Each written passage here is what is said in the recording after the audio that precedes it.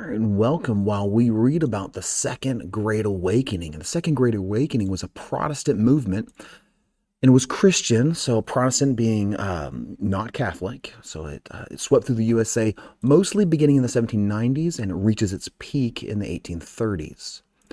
So the American Revolution had largely been a secular event, and secular means that it's not part of a religious thing. It's not religious. The founding fathers demonstrated their opposition to mixing politics and religion by having separation of church and state enshrined in the First Amendment to the Constitution. So, in part because religion was separated from the control of political leaders, a series of religious revivals, that would be where you increase spiritual interest or renewal in the life of a church or congregation or society. In part because religion was separated from the control of political leaders, a series of religious revivals swept through the United States from the 1790s and into the 1830s, and it seriously transformed the religious landscape of the country.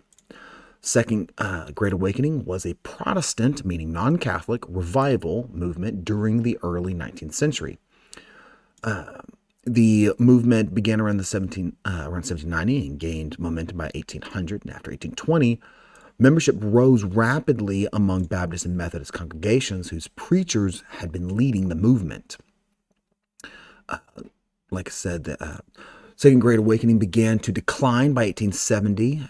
However, by then it had enrolled millions of new members and led to the formation of several new denominations. Denomination is a recognized autonomous branch of the Christian church. It has been described as a reaction against skepticism and deism and rational Christianity, although why those forces became pressing enough at the time to spark revivals is not fully understood.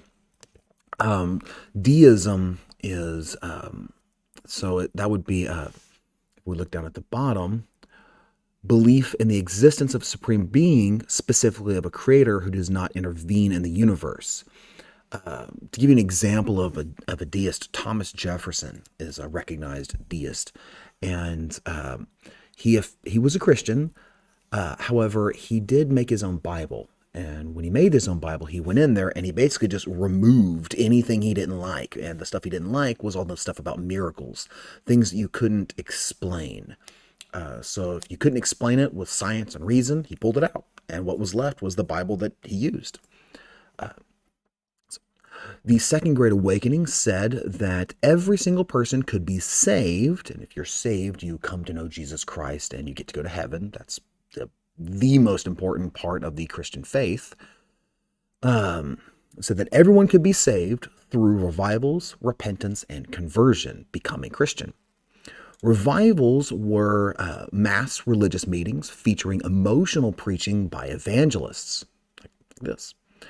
Being a Protestant movement, groups such as the Mormons and Irish faced discrimination due to these rising opposing forces.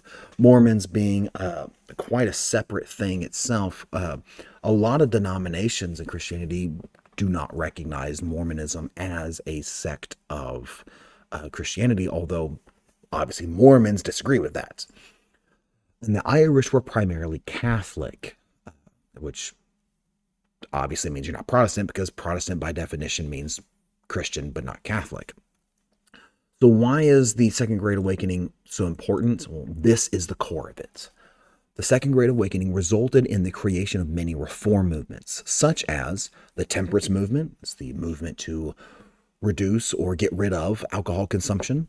Asylum and penal reform. We're going to have insane asylums for people with mental problems so that they don't end up in jail. Women's rights, such as, the right to own land or to vote, suffrage. Education reform. We're actually going to train teachers on how to teach, not just say go teach without any training. And most importantly, abolition, the removal of slavery. And abolition is the really big one, because that makes the Second Great Awakening a massive motivating force that leads us on our path to the American Civil War. I hope you're learning, and I hope you're having fun.